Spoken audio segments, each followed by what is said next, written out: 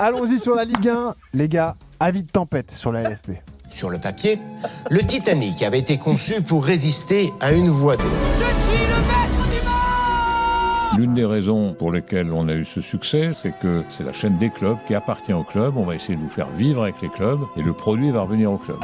Ça, c'était sur le papier. Je ne sais pas si peut-être vous avez un problème avec BN. Moi, le plus important pour moi, c'est la club. Le dispositif devait permettre de retenir l'eau. Notre objectif, prendre le maximum cash aujourd'hui. Cette architecture n'a servi à rien. Je tiens déjà à dire merci à beIN Sport et à Nasser El Khelaifi. C'était obligé de rien et ils le font encore de venir au soutien du football français. Le bateau va s'alourdir, puis il va piquer du nez. John, stop talking. You don't understand anything. Et sous l'effet d'efforts colossaux, eh bien, il va finir par se briser en deux et par sombrer. Vraiment, je comprends pas.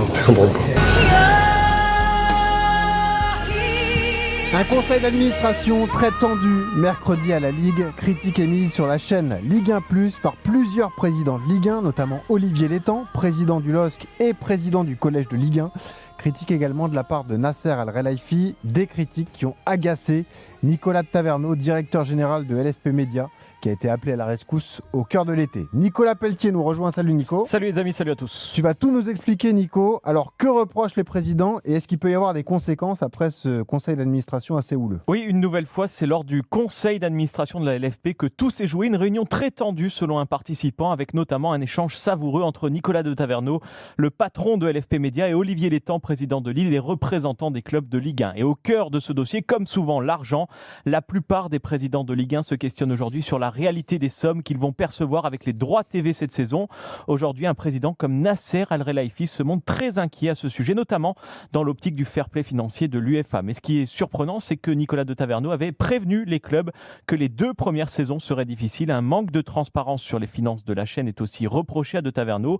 Dans l'immédiat, rien ne change pour la chaîne de la Ligue 1, mais cette nouvelle guerre des chefs arrive à un moment très stratégique. Actuellement, nous sommes en plein appel d'offres de la Ligue des Champions et certains présidents de clubs estiment que si Canal+ n'obtient pas les droits le 18 novembre, alors la chaîne pourrait se rabattre sur la Ligue 1 en rachetant la chaîne et les droits à la Ligue 1. C'est l'une des hypothèses imaginées par certains. Simple imagination, explique un autre proche du dossier. Autre moment important dans l'entourage d'un diffuseur français, on nous fait savoir que Ligue 1+ a désormais plus de mal à recruter des abonnés. La chaîne est autour de 80 à 85% de son recrutement en termes d'abonnés et donc cela complique l'obtention de revenus supplémentaires. Nico, tu restes là parce qu'a priori, il y aura besoin de précision. L'attitude des présidents de Ligue 1 est-elle scandaleuse ? 32-16 pour participer au débat. Qu'est-ce que tu penses de tout ça, Jérôme ? Est-ce que tu trouves ça scandaleux de reprocher comme ça à Ligue 1+, un manque de transparence sur les finances, etc. Écoute, je pense que chacun est dans son rôle. Je peux comprendre Nicolas de Taverneau qui défend la Ligue 1+, parce que c'est lui qui a créé ça et qui la défend. C'est lui qui a communiqué de la sorte en disant, comme l'a dit Nico, il y a tant d'abonnés, c'est quelque chose de fantastique, on ne s'attendait pas à autant et tout ça. Bon, certains méfiants ont dit attention, ils peuvent gonfler certains chiffres, profiter des abonnements d'avant aussi, donc il fallait rester vigilant. Je pense que quand tu as communiqué comme ça, bien sûr que les présidents ils se sont dit bon, bonne nouvelle, ça marche bien, donc ils sont en droit aussi d'avoir quelques réponses. Les réponses, elles n'arrivent pas parce qu'ils ne peuvent pas. Ils ne peuvent pas leur donner. Donc, il y a des présidents, en effet, qui s'énervent et qui ne comprennent pas la stratégie et qui vont aussi dans le sens des gens qui étaient sceptiques à la création de cette chaîne-là. Et Nasser El Khelaifi en a fait partie. Il s'est jamais caché. Avant, rappelle-toi des discussions avant, quand DAZN est arrivé. Pourquoi il n'était pas forcément pour la création de cette chaîne au départ ? Parce qu'il voulait savoir s'il y avait du cash tout de suite. Et il le savait. Mais pourquoi tu critiques encore aujourd'hui alors que tout est lancé ? Tu ne vas pas faire une machine arrière, en fait. Mais parce que, déjà, pour parler de Nasser El Khelaifi, il est autant dans ce rôle en tant que président de club, et là c'est toujours pareil, il y a conflit d'intérêts ou pas, mais la réalité c'est qu'il est dans son rôle en tant que président de club de constater en effet que ça peut être un point très négatif pour le fair play financier et pour l'avancée du projet Ligue 1, du moins de certains clubs de Ligue 1 dont le PSG en fait partie, d'accord ? PSG champion d'Europe aujourd'hui quand même, et à côté de ça, il a la casquette de beIN. Et moi, je peux comprendre aussi en ayant la casquette de beIN, mais bon, ça, on l'a accepté il y a quelques années. Ça ne dérangeait pas. Aujourd'hui, ça dérange qu'il ait cette double casquette. Mais beIN, aujourd'hui, c'est un concurrent à Ligue 1+, on est d'accord. Parce que Ligue 1+, c'est un diffuseur. Oui. Donc, moi, je comprends pas ceux qui disent « Oh, mais pourquoi Nasser El Khelaifi, il défend pas plus la Ligue 1+. » Mais il est concurrent, les gars. Comme Canal est concurrent de la Ligue 1+. Ils vont pas aider. Est-ce que en Angleterre, Manu, tu le sais, toi, en Angleterre, il y a plusieurs diffuseurs. Ouais, non, il est aussi jugé parti dans cette histoire. Donc, il est à la fois concurrent mais partenaire. Donc, c'est pour sa ça. position est ambiguë. Il n'a pas voulu y aller sur la Ligue 1. Mais Manu, je suis d'accord avec toi. Et si, il a un match de Ligue 1. Je suis désolé. Et il le paye très cher. Non, mais il n'a pas voulu. Mais il n'a pas voulu pour ses raisons. Peut-être qu'il pensait que Canal, il laissait l'opportunité parce que tout ce que je dis, que Canal allait y aller, Canal, ils sont pas allés dans cet achat de la Ligue 1. Ok. Moi, je dis juste que à l'étranger, je suis pas certain qu'en Angleterre, je suis même sûr que entre la BBC, il y a la BBC et qui déjà Sky Sport. Et Sky Sport. Il n'y a pas que, il y a ITV aussi. Voilà, donc ils sont tous en concurrence. Tu crois qu'ils cèdent entre eux? Mais franchement, non, mais je comprends ce que tu dis, Jérôme. Moi, j'ai une question. Aujourd'hui, on est à 1,5 million d'abonnés, c'est ça? 1,2 million. 1,2 million. Les prévisions ils estiment que ça soit rentable et qu'il y a suffisamment d'argent dans les caisses des clubs, c'est à partir de quoi? 2 millions? 2,2 millions. Ah, il reste 1 million encore à gagner. Mais tu gagnes très peu d'abonnés sur une saison. Ah oui. Tu vois, ça marche lentement et sur les gros matchs. D'accord. Tu as tes deux plus gros matchs qui sont passés. Oui, d'accord, mais j'ai une autre question en fait. Qui aurait pu prédire qu'après tout ce qui s'est passé, le Barnum, il y aurait autant d'abonnés? Qu'il y aurait autant d'abonnés au bout de 3 mois de compétition? Avec un prix faible, on pouvait potentiellement s'y attendre. D'accord.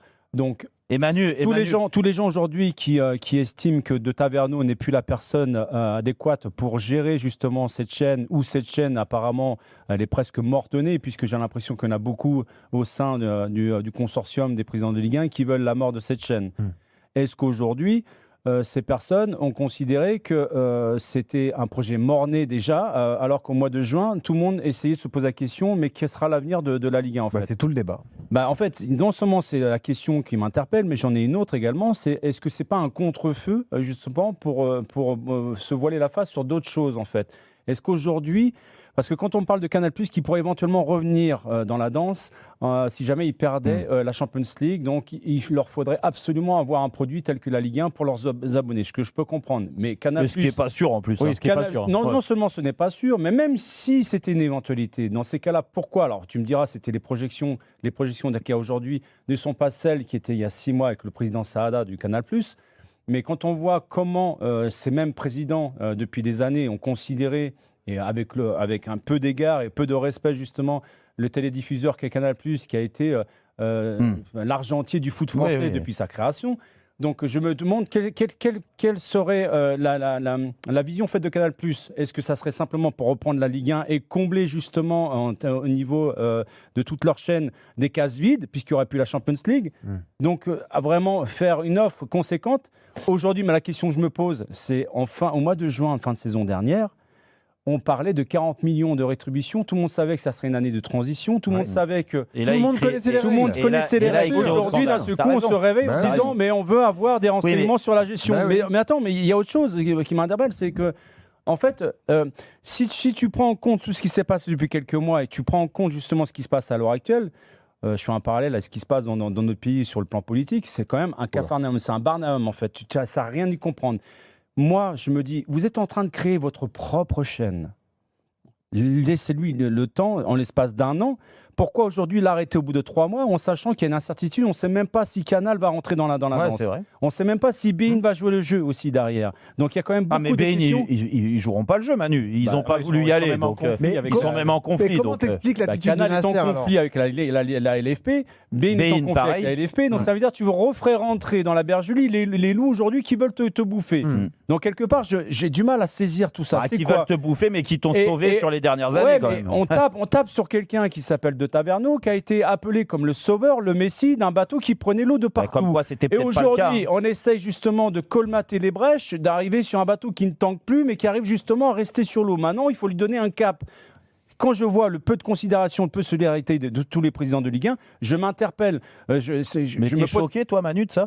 Non, je ne suis pas choqué parce que quand je vois depuis 2 ans ce qui se passe, je ne suis pas choqué en fait. Mais là où je suis choqué, c'est de me dire qu'il y a un risque systémique mais vraiment très fort, de faillite sur beaucoup de clubs français à l'heure actuelle. Donc, ils sont tous, pour reprendre l'expression, si je paraphrase justement le président de Lille, ce sont des centimiers aujourd'hui. Ouais. Donc ils estiment que les mecs font leur compte au centime près à l'heure actuelle. Donc ils sont à la rue financièrement. Ça se voit, de toute C'est façon. pas le cas du PSG, par la exemple. solution, c'est quoi? C'est de plomber. C'est de plomber, Mais en fait. critique parce qu'il a sa casquette. Nasser est critique parce qu'il a sa casquette. Mais c'est quoi l'objectif? Non, mais c'est de plomber le projet que tu as mis en place et qui pourrait éventuellement te donner une indépendance si jamais ça marche. Je vais te dire, le président du PSG, là, je voudrais entendre Jean-Pierre là-dessus, mais le président du PSG, pourquoi il critique? Il s'est toujours braqué, et ça on peut pas lui reprocher. Moi je suis de Taverneau, je me barre. Il a toujours dit, moi ça barre. c'est la mauvaise formule de créer une chaîne, c'est pas rentable pour les clubs, surtout dans la situation de certains clubs. C'est pas vrai. possible. Il s'est toujours offusqué de ça. Donc l'arrivée, ça confirme aujourd'hui, même avec quelques mois, et en effet, comme le dit Manu, et ça, t'as raison là-dessus. La création, tu savais que au bout de 3-4 mois, tu deviens indépendant, t'as plus besoin de télédiffuseur. Oui, mais sauf que moi, je vais te dire, je pense qu'il y avait des présidents qui étaient prêts à accepter. La preuve, c'est qu'ils l'ont tous acté, cette chaîne-là. Donc, il n'y a pas de problème. Sauf qu'aujourd'hui, c'est dans la communication en plus. Je pense que De Taverneau, il s'est trompé là-dessus. C'est qu'il est venu... Alors, je te dis pas faire le beau, pas du tout, mais tu avais l'impression que parce que lui, il s'en est occupé d'un seul coup, le nombre d'abonnés, ça marche bien, les diffusions, ça marche bien. Il n'y a que des retours positifs, tu es d'accord avec moi? Oui, mais la sauf, création de la chaîne. Peut-être des jaloux. Et ben, dans ces cas-là, D'accord. Non, mais attendez, les gars, mais c'est ça. On parle de milliers de personnes qui bossent. Dans la conjoncture dans laquelle on se trouve aujourd'hui, les ressentis de certains présidents, sincèrement, on s'en fiche un petit peu. Mais on est d'accord, sauf qu'aujourd'hui, tu as donc le président de Lille, là on ne parle plus de Nasser Al-Khelaifi ou les autres, on ne parle pas de Textor de l'époque qui était pour cette création de chaîne, et comme Joseph Gourlian qui est venu l'expliquer ici, même sur RMC dans l'after plusieurs fois, en disant que c'était une bonne idée et tout ça. Peut-être que ces gens-là aussi, ils sont un peu trop avancés. Donc il y a toujours la guerre à l'heure actuelle au sein du conseil de la LFP. Mais c'est clair, toujours, mais plus que jamais. C'est ça qui est mais plus que jamais. Jean-Pierre, qu'est-ce que t'en penses, toi, Jean-Pierre?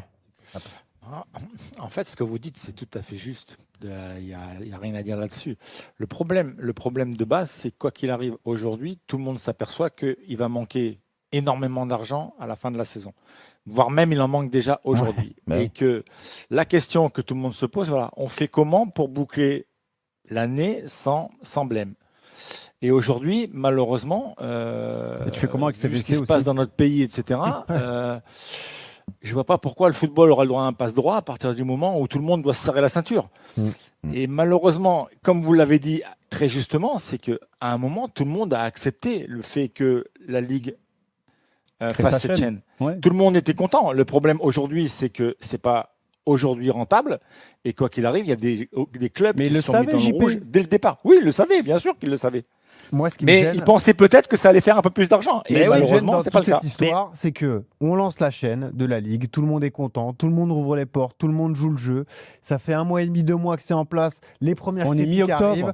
On se rend compte de ce que c'est que la réalité du terrain, qu'effectivement les caisses vont pas être remplies. Mais moi, ce qui me gêne, déjà. Pourquoi, Jérôme, je te parle du président du PSG et pourquoi j'ai du mal à comprendre ça? Ok, il a 2 casquettes, mais même lui, qui est président de beIN Sport, il met du temps à régler les factures qu'il doit à la Ligue. Comment lui peut te donner une leçon justement de finances de club alors qu'il a du mal à payer les factures qu'il doit à la Ligue? C'est ça qui me pose problème. Moi, tu vois, ça, je ne veux même pas parler de ça. À l'arrivée, il doit les payer, même s'il met du temps, il doit les payer. Tout ce que je vois, moi, juste pour parler de beIN, parce qu'il a cette double casquette, malheureusement pour lui. Aujourd'hui, on lui reproche, mais il y a 15 ans, ça dérangeait personne. Aujourd'hui, ça dérange. Bon, bah écoute, je t'ai pas dit que ça me dérangeait, c'est dit que je dis juste que juste sur un match. Quand il voit ce que ça rapporte la Ligue 1+, sur un match, elle lui coûte 70 ou 80 millions pour un match, qui n'est même pas l'affiche de la journée. Non, mais ça se comprend, Jérôme. Ça se comprend. Donc, c'est je suis d'accord avec toi là-dessus. C'est pour ça que, en fait, il y a 2 poids 2 mesures. Il se sent lésé, oui. Et il se sent lésé. Oui. Et en plus, là où tu peux pas lui reprocher, si tu veux,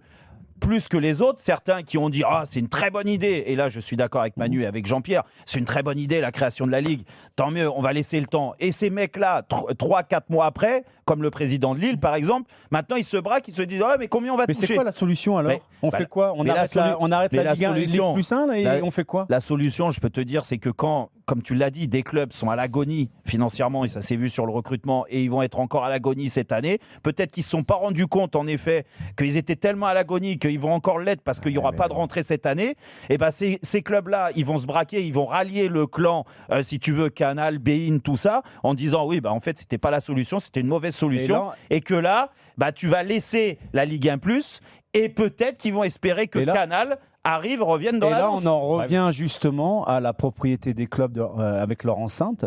Il y en a très peu de clubs en France. Parce que, pourquoi je parle de ça ? Parce que dans un contexte extrêmement tendu sur le plan financier, surtout on sort du Covid, il y a eu le prêt garanti par l'État où les clubs continuent à le rembourser. Il y a des séances qui sont importantes avec le manque à gagner sur les droits télévisuels. Tu t'aperçois que si tu étais propriétaire de ton enceinte, tu pourras aller discuter avec les banquiers parce que tu as du foncier. Aujourd'hui, ce n'est pas le cas. La seule richesse des clubs aujourd'hui, c'est leur effectif.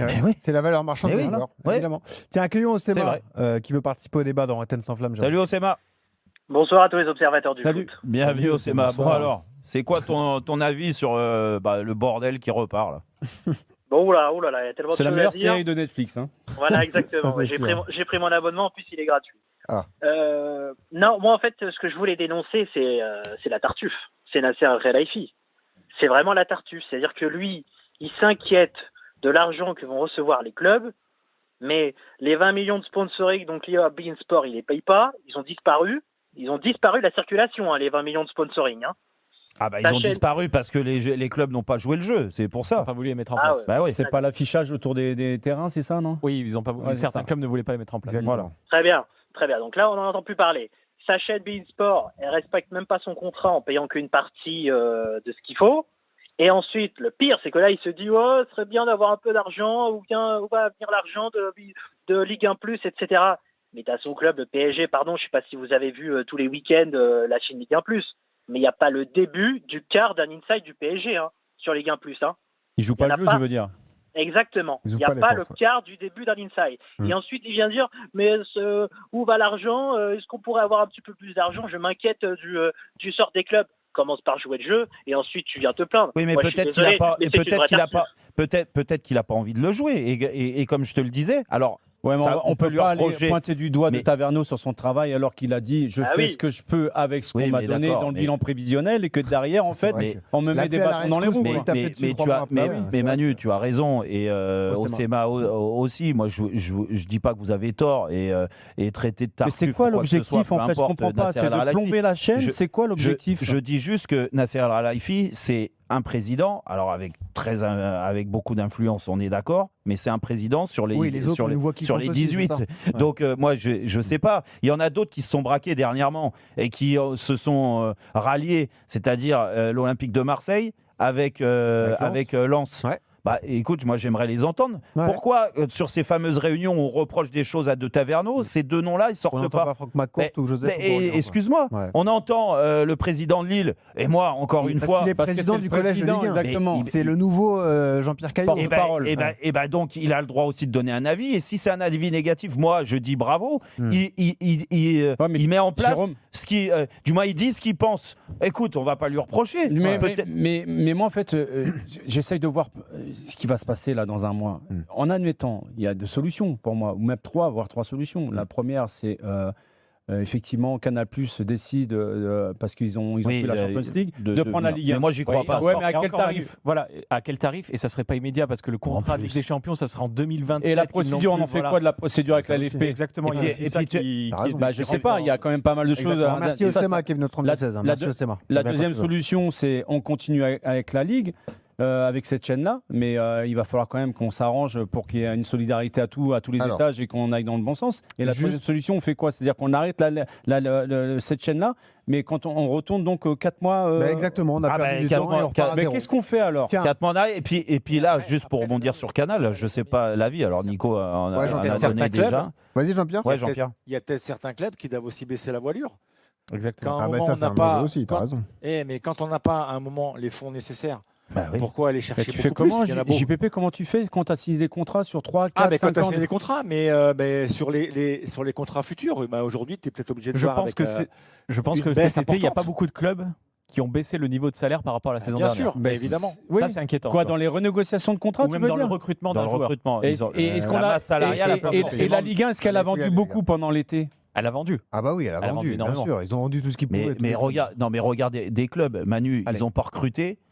Et pourquoi le niveau il a baissé chez certains, c'est que tu as des joueurs qui jouent, qui ont un niveau plutôt Ligue 2 nationale et qui jouent en Ligue 1 aujourd'hui parce qu'il y a eu ces problèmes financiers. Ils ont Pourtant, je trouve anticipé. que la Ligue 1 est attends, plus c'est pas intéressante fini, cette Jérôme. année. Et Je sais attends, pas. Ouais, c'est pas fini. Allez, messieurs, Non, mais ça, je suis d'accord. Un mot avec C'est Nico. ça qui est grave. Nico, est-ce que Nicolas Taverneau, justement, peut décider de s'en aller? Est-ce que c'est une possibilité? Oui, bah, il y a moi, une je me barrais, possibilité ça, qu'il s'en aille après ce CA houleux de mercredi.